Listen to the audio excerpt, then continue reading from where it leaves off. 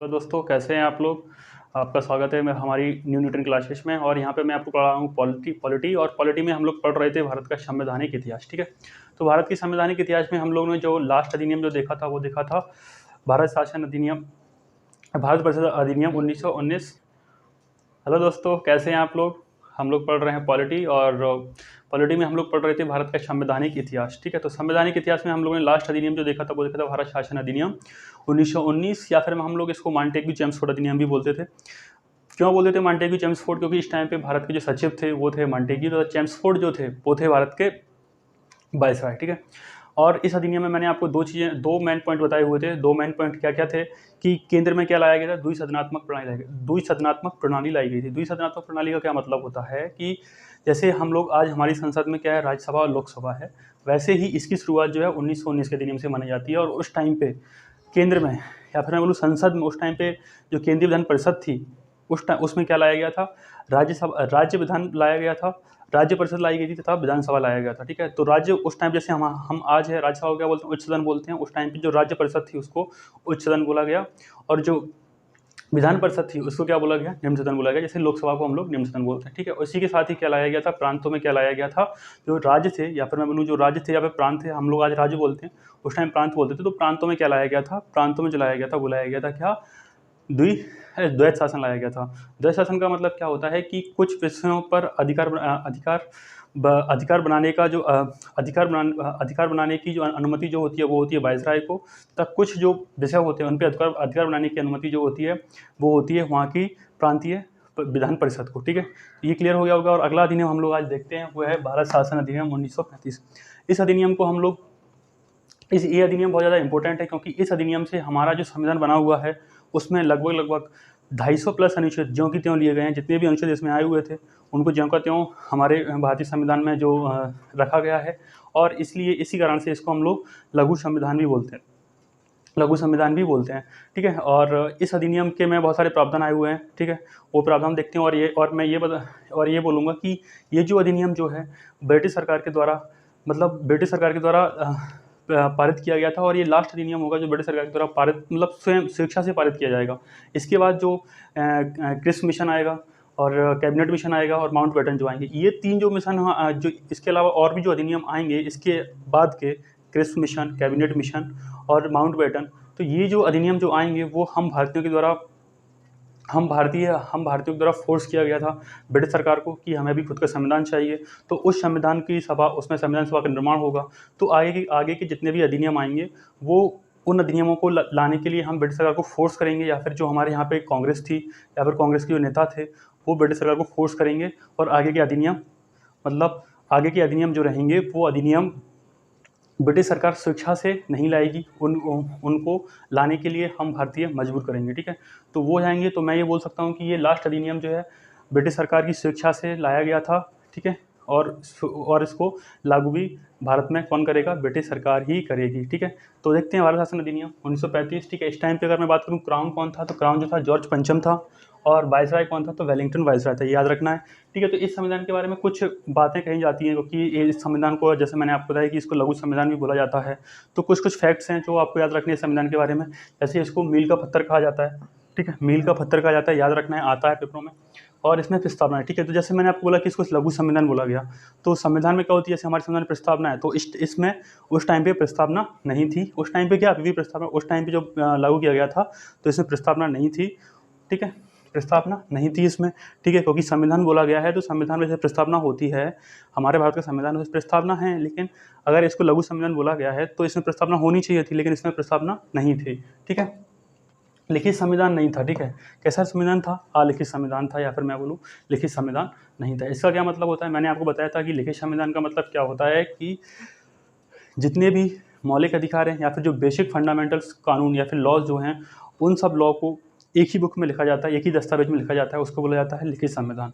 अलिखित संविधान का मतलब क्या होता है, जो बेसिक लॉ जो होते हैं, या फिर हम लोग जो मौलिक अधिकार या फिर मौलिक कानून जो होते हैं, मौलिक अधिकार नहीं, मौलिक कानून जो होते हैं, जिनको आधार मान के अन्य कानून बनाए जाते हैं, उन कानूनों के अलग अलग दस्तावेज हैं, तो उसको बोला जाता है अलिखित संविधान। तो यहाँ पे यही था कि ये संविधान लिखित नहीं था, अलिखित था। ठीक है, उसके बाद इसमें मौलिक अधिकारों तक कर्तव्यों की बात नहीं की गई थी, ठीक है। जैसे कि हमारे संविधान में मौलिक अधिकार और मौलिक कर्तव्य हैं, तो जब ये संविधान आया हुआ था या फिर ये अधिनियम जब आया हुआ था, तो इस अधिनियम में मौलिक कर्तव्यों तब मौलिक अधिकारों की बात नहीं की गई थी, याद रखना है आपको। और इसमें कितने भाग थे? तो 14 भाग थे। अनुच्छेद कितने थे? 321 अनुच्छेद थे। अनुसूचियाँ कितनी थी? 10 थी, ठीक है। तो इस संविधान के वो मैंने आपको बताया कि इस अधिनियम को मैंने बताया भारत शासन अधिनियम के बारे में है कि भारत शासन अधिनियम 1935 को लघु संविधान बोला जाता है। क्यों बोला जाता है? क्योंकि इससे लगभग 250 अनुच्छेद हमारे भारतीय संविधान में ज्यों की त्यों लिए गए हैं, ठीक है। तो इसके बारे में कुछ समान परिचय मैंने आपको दे दिया कि इसको मील का पत्थर बोला जाता है। प्रस्तावना इसमें नहीं थी, लिखित संविधान नहीं था, मौलिक अधिकार तो मौलिक कर्तव्यों की बात नहीं की गई थी, 14 भाग थे इसमें, अनुच्छेद 321 थे तथा अनुसूचियाँ 10 थी। अब हम लोग देखते हैं इस संविधान के प्रमुख प्रावधान, क्या क्या प्रावधान इस संविधान में आए हुए थे, ठीक है।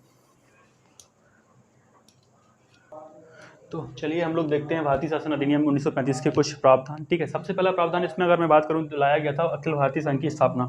अखिल भारतीय संघ की स्थापना का मतलब क्या होगा कि अखिल भारतीय संघ एक संघ बनाने की बात की गई थी इस अधिनियम में।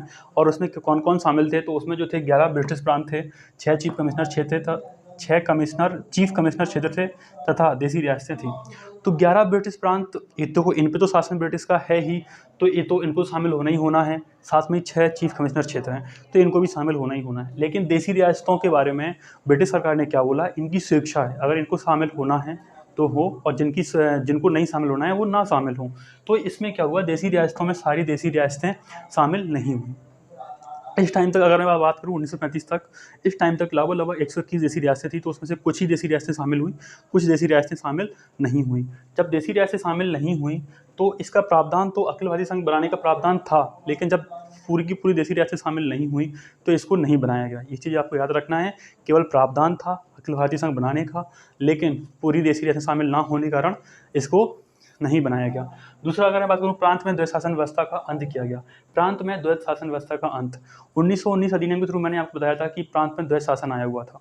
और द्वैत शासन का मतलब मैंने आपको बताया हुआ था कि क्या होता है कि कुछ सूची जो होती हैं या फिर मतलब कुछ विषय जो होते हैं उन पे अधिकार यहाँ जो केंद्र सरकार होगी उसको बनाने का, या फिर जो वायसराय है उसको बनाने का अधिकार था, तथा जिनको बोला गया आरक्षित सूची जो थी उन पे कानून बनाने का अधिकार वायसराय का था। जबकि जो अन्य सूची या हस्तांतरित सूची जो थी उन पे कानून बनाने का अधिकार जो था वो प्रांत में था। तो जो आरक्षित सूची जो थी उन पे कानून बनाने का अधिकार वायसराय का था, तथा जो हस्तांतरित सूची जो थी उन पे कानून बनाने का अधिकार प्रांतीय विधान परिषद का था। तो ये मैंने आपको बताया था। तो उस चीज़ का अंत यहाँ पे कर दिया गया है। तो ये पॉइंट में बहुत ज़्यादा कन्फ्यूजन हो जाती है कि प्रांत में द्वैत शासन किस अधिनियम के थ्रू लाया गया था? तो लाया गया था 1919 अधिनियम के थ्रू, लेकिन उसको हटाया कौन से अधिनियम के थ्रू गया? तो वो रहेगा 1935 का भारत शासन अधिनियम। ये चीज़ आपको याद रखनी है। वहीं अगला अधिनियम हम लोग देखते हैं, अगला प्रावधान हम लोग देखते हैं, केंद्र में द्वैत शासन लाया गया तथा केंद्र और प्रांतीय विधानमंडलों के बीच शक्ति का विभाजन किया गया, ठीक है। प्रांतों से द्वैत शासन हटा दिया गया, लेकिन केंद्र में द्वैत शासन लाया गया, ठीक है। आज हम लोग पढ़ते हैं, अब जैसे हम लोग पढ़ते हैं कि हमारी केंद्र सरकार है और राज्य सरकार है हमारे यहाँ की, ठीक है। तो उनके बीच जैसे हम लोग भाग 7 पढ़ेंगे हम लोग संविधान का, तो उसमें क्या है, कुछ संघीय सूची हैं, कुछ समवर्ती सूची हैं, कुछ राज्य सूची हैं। उन पे कानून, देखो संघीय सूची जो है उन पे कानून बनाने का अधिकार किसको है?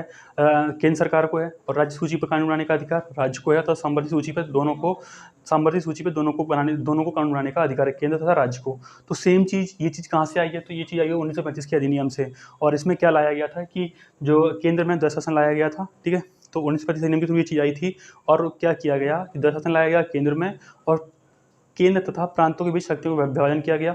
विभाजन कैसे किया गया? तो क्या किया गया? सूची लाई गई, परिसंघ सूची लाई गई, जिसपे कानून बनाने का अधिकार किसका है? तो केंद्रीय विधान परिषद जो थी और वायसराय, इन दोनों को परिसंघ सूची पर कानून बनाने का अधिकार है, ठीक है। और प्रांतीय सूची लाई गई, प्रांतीय सूची पर कानून बनाने का अधिकार किसको है? तो प्रांतीय विधान परिषद जो है उसको प्रांतीय सूची पर कानून बनाने का अधिकार है। और वहीं अगर मैं बोलूँ समवर्ती सूची पर कानून बनाने का किसको अधिकार है? तो समवर्ती सूची पर केंद्रीय विधान परिषद तथा प्रांतीय विधान परिषद दोनों ही कानून बनाएंगे किस पे? समवर्ती सूची पे। और वहीं अगर मैं बात करूं अपशिष्ट सूची पे, तो अपशिष्ट सूची पे जो है कानून बनाने का अधिकार जो है वो किसको है? तो वो वायसराय को है, ठीक है। तो इतना ही याद रखना है। इनके अंदर बहुत सारे विषय हैं, वो विषय हम लोग को याद नहीं रखने हैं। हमारे अभी भारत के संविधान में जो संघीय सूची, राज्य सूची और संवर्धित सूची है, उनके विषय हम लोगों को याद रखने हैं, लेकिन यहाँ इसके विषय हम लोगों को याद नहीं रखना है। इसमें बस इतना याद रखना है कि केंद्र में द्वैध शासन कौन से अधिनियम के थ्रू लाया गया था। केंद्र में द्वैध शासन जो लाया गया था वो लाया गया था भारत शासन अधिनियम 1935 के थ्रू। और उसमें कौन कौन सी सूची थी, तो उसमें परिसंघ सूची थी, प्रांतीय सूची थी, संवर्धित सूची थी और अवशिष्ट सूची थी। तो ये चीज़ आपको याद रखनी है, ठीक है। अवशिष्ट सूची में, ठीक है, इतना याद रखना है। और अवशिष्ट सूची में कानून बनाने का अधिकार किसका था, वायसराय का था, ठीक है। तो ये इतने पॉइंट आप लोगों को याद रखने हैं। इसमें से ये पॉइंट बहुत जरूर इंपॉर्टेंट है कि प्रांत में द्वैध शासन का अंत किया गया था 1935 के थ्रू और केंद्र में द्वैध शासन लाया गया था। द्वैध शासन का मतलब मैं आपको समझा चुका हूँ, इसमें आपको कोई कंफ्यूजन नहीं होनी चाहिए। अब देखते हैं अगला प्रावधान क्या था। तो अगला प्रावधान जो हम लोग देखते हैं वो है कि इसके थ्रू भारत परिषद का अंत किया गया था। नॉट सो इम्पोर्टेंट, लेकिन फिर भी याद रख लेना। इसके साथ ही इसमें क्या संघीय न्यायालय की व्यवस्था, अगला प्रावधान जो है वो है संघीय न्यायालय की व्यवस्था। संघीय न्यायालय की व्यवस्था का मतलब क्या है, इस अधिनियम के थ्रू हमारे यहाँ पे दिल्ली में जो सुप्रीम कोर्ट है या फिर उच्चतम न्यायालय जो, उसकी स्थापना की जाएगी, ठीक है। और सुप्रीम कोर्ट का जो मुख्य न्यायाधीश होगा, फिर चीफ जस्टिस जो होगा उसकी नियुक्ति कौन करेगा, जो क्राउन है वो करेगा, ठीक है। और सबसे पहले कौन थे, तो सर मॉरिशस गेवियर थे, ठीक है। पहले चीफ जस्टिस कौन थे, सर मॉरिशस गेवियर थे और 1937 में इसकी स्थापना की थी दिल्ली में, ठीक है। तो ये चीज़ आपको याद रखना है कि संघीय न्यायालय व्यवस्था का मतलब क्या हुआ कि हमारे यहाँ पे सुप्रीम कोर्ट की स्थापना की गई, ठीक है, जिसके अंतर्गत अब इसमें किस किस के मामले आएंगे, तो पूरे प्रांतों के और जो देसी रियासतें थी उन सब के मामले यहाँ पे लिए जाएंगे, ठीक है। तो इस चीज़ को याद रखना कि सुप्रीम कोर्ट की स्थापना 1937 के अधिनियम के थ्रू हुई थी, ना कि 1773 के अधिनियम के थ्रू, क्योंकि 1773 के रेगुलेटिंग एक्ट में हमने कलकत्ता में सुप्रीम कोर्ट की या फिर मैं बोलूँ कलकत्ता में उच्चतम न्यायालय की स्थापना की जरूर थी, लेकिन वो पूरे भारत का नहीं था, ठीक है। उसमें बंगाल, बिहार, उड़ीसा उन सबको शामिल किया गया था। बाद में उसकी फिर थोड़ी बहुत शक्तियाँ बढ़ाई गई थी, लेकिन जो मेनली अगर बोला जाए कि भारत में जो सुप्रीम कोर्ट है उसकी स्थापना किस अधिनियम के थ्रू मानी जाती है, तो वह है भारत शासन अधिनियम 1935 के थ्रू, ठीक है। कब की गई थी, 1937 में दिल्ली में। और इसकी नियुक्ति पहले कौन करता था, तो वो था सम्राट या फिर क्राउन। और मैं बात करूं कि इससे पहले चीफ जस्टिस कौन थे, तो चीफ जस्टिस जो थे पहले सर मॉरिशस गेवियर थे, ठीक है। ये प्रावधान भी याद रखना है आपको। वहीं पे अगला क्या है, ब्रिटिश संसद की सर्वोच्चता बढ़ी। अगला प्रावधान क्या है, ब्रिटिश सरकार की, अपने बोलूँ ब्रिटिश संसद की सर्वोच्चता बढ़ी। इसका क्या मतलब है, इसका मतलब ये है कि इस अधिनियम के थ्रू जितने भी कानून लाए गए थे या फिर जो भी नियम लाए गए थे, तो उनमें अगर कोई भी सुधार करना है या फिर कोई भी सुधार करना है, तो वो सुधार करने की शक्ति ना तो परिसंघ को थी, ना तो केंद्रीय परिषद को थी, ना ही जो मैं बोलूँ कि वायसराय को थी, और ना ही प्रांतीय विधान परिषद को थी। इनमें से किसी को भी जो भी अधिनियम लाए गए उनमें सुधार करने की अनुमति ना तो केंद्रीय विधान परिषद को थी, ना ही प्रांतीय विधान परिषद को थी, ना ही वायसराय को थी। उसमें कोई भी संशोधन अगर करना है तो वो कौन करेगा, वो करेगा ब्रिटिश संसद। इसलिए बोला गया कि यहाँ पे ब्रिटिश संसद की सर्वोच्चता बढ़ी, ठीक है। और अगला क्या, सांप्रदायिक निर्वाचन पद्धति का विस्तार हुआ। सांप्रदायिकता निर्वाचन पद्धति का विस्तार हुआ, इसका क्या मतलब है, इसका ये मतलब हुआ कि मैंने आपको बताया 1909 के अधिनियम में कि सांप्रदायिकता चुनाव लाए गए थे, सांप्रदायिक चुनाव हुए थे 1909 में, पहले अप्रत्यक्ष रूप में, ठीक है। तो सांप्रदायिक चुनाव का मतलब क्या था, सांप्रदायिक चुनाव का मतलब ये था यहाँ पे कि 1909 के अधिनियम के थ्रू कि सांप्रदायिक चुनाव का मतलब क्या होता है, सांप्रदायिक चुनाव का मतलब होता है कि कोई भी कुछ सीटें फिक्स कर दी गई। फॉर एग्जांपल पहले जो था वो धर्म के नाम पे था, मुस्लिमों के लिए अलग सीटें फिक्स कर दी, सिखों के लिए अलग सीटें फिक्स कर दी, ठीक है। तो मुस्लिमों के लिए अगर सीटें फिक्स कर दी, तो जैसे कि 10 सीटें थी, 10 में से 5 सीटें मुस्लिमों के लिए फिक्स कर दी गई, तो उन 5 सीटों पे जो अधिकार है वोट देने का, वो किसका अधिकार रहेगा, केवल वहाँ पे जो कैंडिडेट खड़े होंगे, कौन खड़े होंगे, मुस्लिम कैंडिडेट ही खड़े होंगे, ठीक है। 10 सीटें थी, 10 में से 5 सीटें किसके लिए फिक्स कर दी, मुसलमानों के लिए फॉर एग्जांपल, ठीक है। और उन पे कौन कैंडिडेट खड़े होंगे, मुस्लिम कैंडिडेट खड़े होंगे, तथा उन पे वोट देने का अधिकार भी किसका होगा, केवल और केवल मुस्लिम जनता का होगा। इसी को बोला जाता है सांप्रदायिक निर्वाचन। अब इसका आधार और बढ़ा दिया गया। अब क्या किया गया, सांप्रदायिक निर्वाचन पद्धति को और विस्तार कर दिया गया। अब ना केवल धर्म के नाम पे हिंदू, मुस्लिम, सिख, इनके नाम के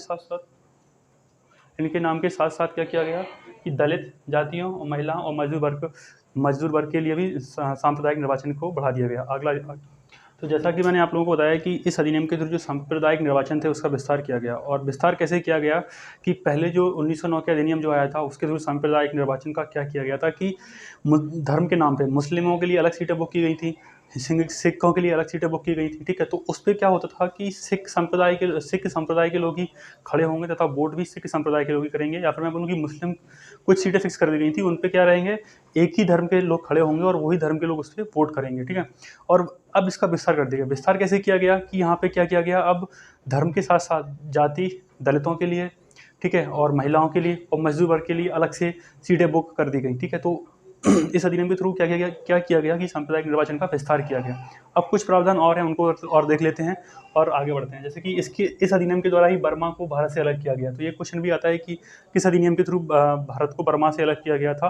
तो भारत शासन अधिनियम 1935 के थ्रू अलग किया गया था। तब बरार को मध्य प्रांत में शामिल किया गया, बरार को भी मध्य प्रांत में शामिल इस अधिनियम के थ्रू किया गया था। भारतीय रिजर्व बैंक की स्थापना की गई। देखो, भारतीय रिजर्व बैंक की स्थापना जो है 1935 अधिनियम के थ्रू की गई थी।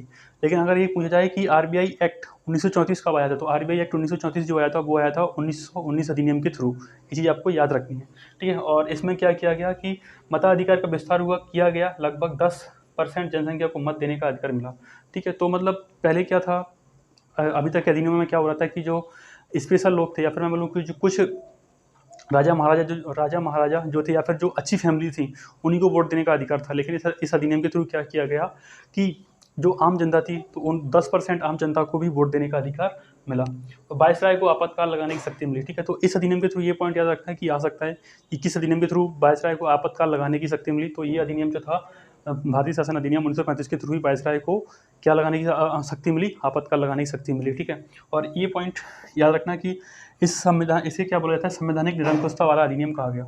देखो, मैंने बताया था आप लोग को कि 1909 का जो अधिनियम था उसको क्या बोला गया था, उदार निरंकुशता वाला अधिनियम बोला गया था। क्यों बोला गया था? क्योंकि उदार निरंकुशता वाला अधिनियम 1909 को इसलिए बोला गया था कि वहाँ पे क्या किया गया था कि भारत की जो कार्यकारी वायसराय है, कार्यकारी परिषद थी वायसराय की, उसमें तथा जो भारतीय सचिव है उसमें भारतीयों की एंट्री मिली थी और बहुत सारे अच्छे काम किए गए थे।